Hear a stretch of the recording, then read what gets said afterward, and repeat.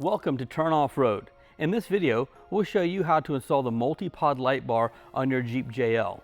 The tools you'll need for the installation are a 13mm wrench or socket, a 4mm and a 5mm Allen key, a T40 Torx bit, and the hardware included in the kit. Let's get started with the installation.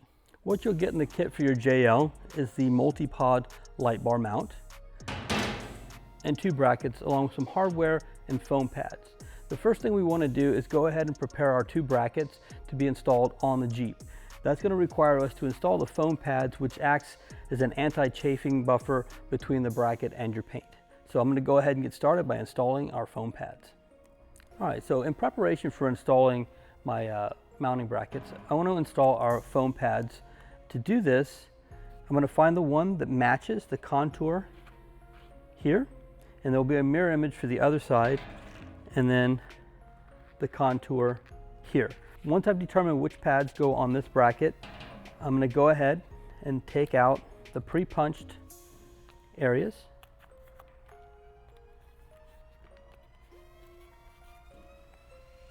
And that will give me something to align to our mounting holes.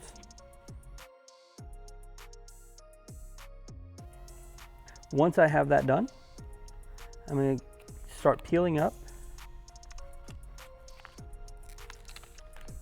And I'm not going to peel it all the way off, just to give me the ability to align everything before I press it down. So I want to look at my holes here, make sure that I'm going right over that hole. Same thing here. So both of these holes are lined up, and this should fall into place up here. So with that pressed into place,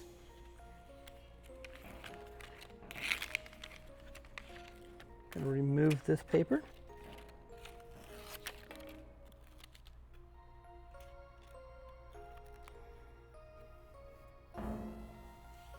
And that should just lay into place. Remove the last piece here.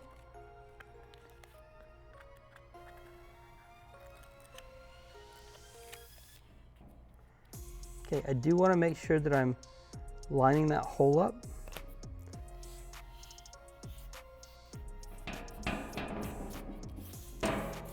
With that installed, I can move on to the second piece. I'll turn this bracket around so it's a little easier for you to see.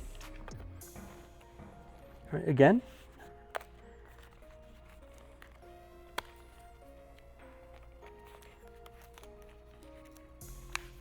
all right, there are no bolt holes to worry about here, and I just look at my alignment, and what I'm really looking for on this is that these slots here line up so that you don't see any of the foam pad through those. So I'm going to start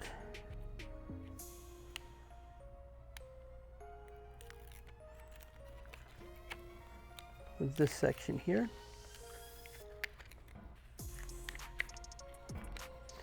All right.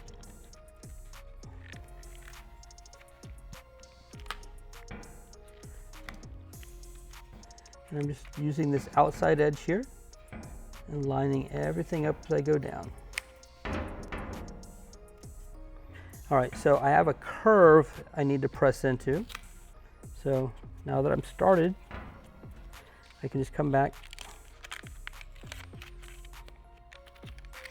peel this off, and then I'm just going to slowly walk into that corner, from the edge of that up into that corner. Walking it from that edge into that corner. The key is I don't want this edge to stick until I've had it pressed into that corner. So again, I'm just going to walk right into that corner.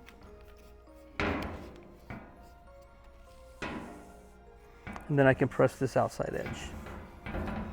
With that done, I'm going to do the same thing here. I'm going to press down into here and then just walk toward that corner. And once that corner's in, I press the rest of that foam pad down. And I'll just finish it up.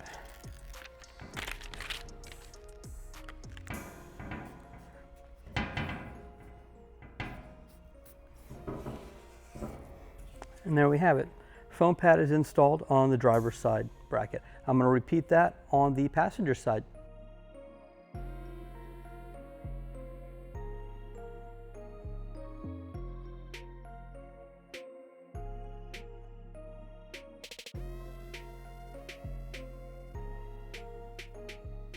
on the vehicle, I need to remove these two M8 fasteners and then this one here on the top. I'm going to be replacing these two with the provided M8 hardware. And this long M6 will replace this one when we install the bracket. Make sure you use the supplied hardware because they are longer, which accounts for the depth of the recess here. So I'm going to get these removed and then get that bracket installed.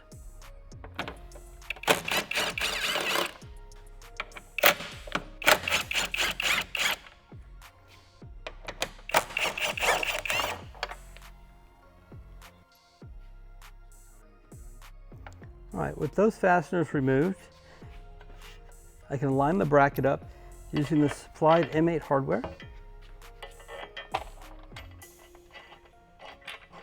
Let me go ahead and start those.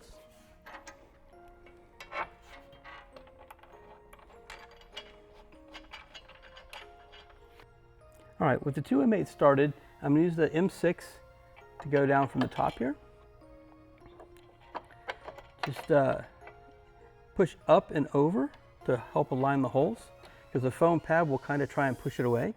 And then always start your fasteners by hand, never start them with a tool or they may cross thread. Now that I have them all started, I'm going to take them down but leave the bracket still loose, so when I go to put the light bar on, it will be easier to adjust.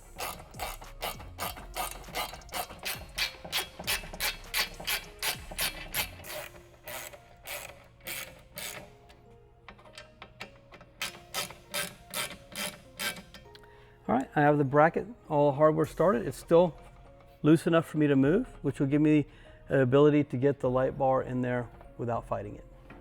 All right, with my passenger side bracket installed and my hardware still slightly loose, I'm going to get over the driver's side, install that bracket, and then we can get the light pod installed.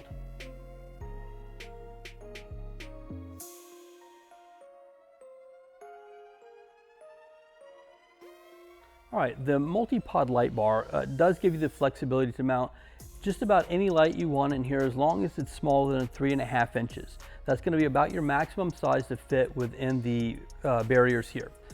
It is highly recommended that you try to install your lights and pre-wire them prior to installation on the vehicle. It can be done in the vehicle, however, it is going to be a little more difficult. So we do recommend that you do pre-install the lights and pre-wire them at least to the point before you get the wiring into the vehicle, so that makes it a lot easier to do.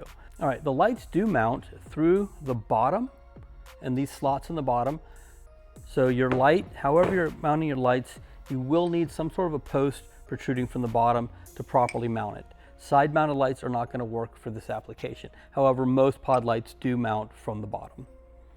All right, I'm going to go ahead and get these lights installed and then we'll get them put on the vehicle. All right, to put my lights on, it's fairly simple. I'm just going to slide that post down through the mounting flange, put my flat washer and my lock washer on.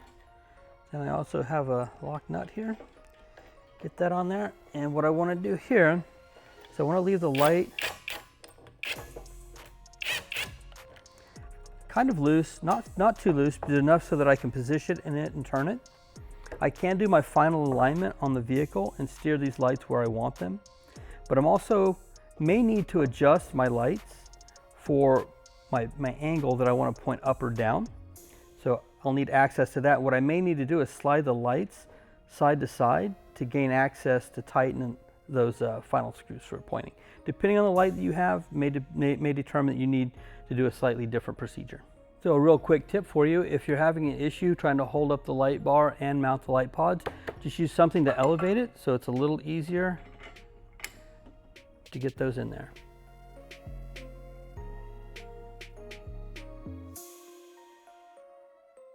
All right, with all of our lights installed, I did leave the last two loose.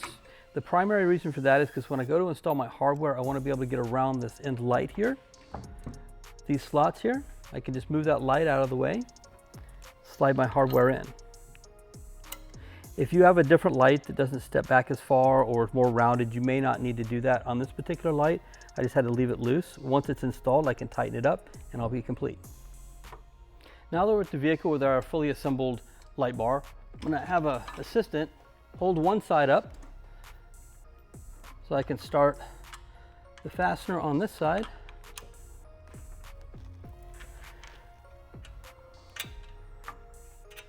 Okay, I have that started. I'm just going to push over so he can put his in.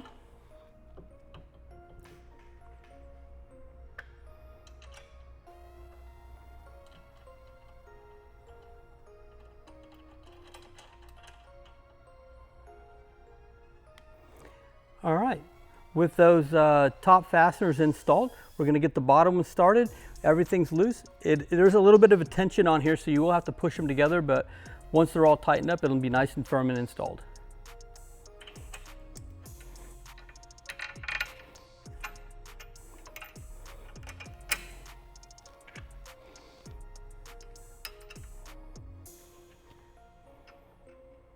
All right, with all of our hardware loosely installed, we do have the ability to adjust up and down.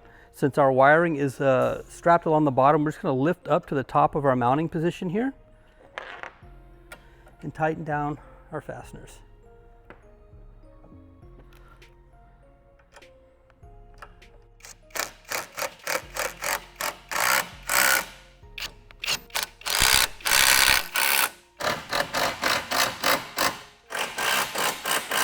Now that the light bar has actually been tightened down, we left all these fasteners here loose. We're going to go through, finally tighten those down.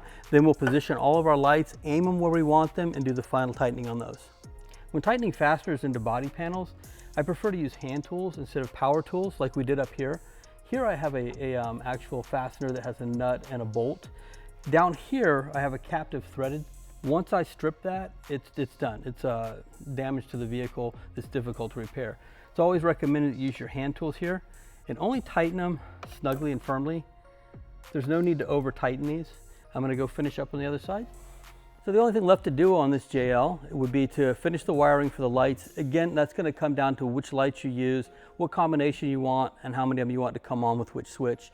But with all of our fasteners tightened down, we have a good rigid mounted overhead light.